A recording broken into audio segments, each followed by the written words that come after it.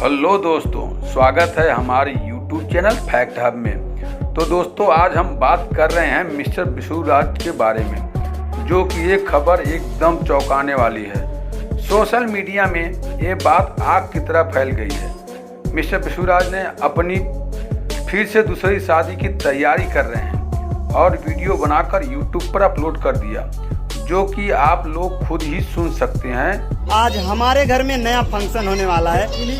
आज हमारे शादी होने वाली है दोस्तों। कितनी खुशी, एक शादी के बाद दूसरी शादी, कितनी खुशी। अपने ही वीडियो में खुद बोल रहे हैं कि हमारी शादी है।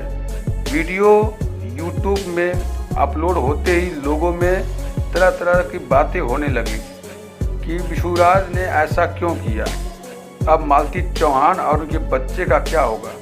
लोग यहाँ तक कि सोचने पर मजबूर हो गए कि धन दौलत रुपए पैसे आने पर विशुराज बदल गए। लेकिन विशुराज तो अपने पत्नी मालती चौहान से बहुत प्यार करते थे। वो सीधे साधे इंसान भी हैं, काफ़ी मेहनती भी हैं। तो वो इतना बड़ा कदम बिना सोचे समझे कैसे उठा लिए। तो दोस्तों, विशुराज की वीडियो जब पूरी तरह से देखी गई तो माजरा कुछ और ही था, जो कि आप लोग हंसने पर मजबूर हो जाएंगे।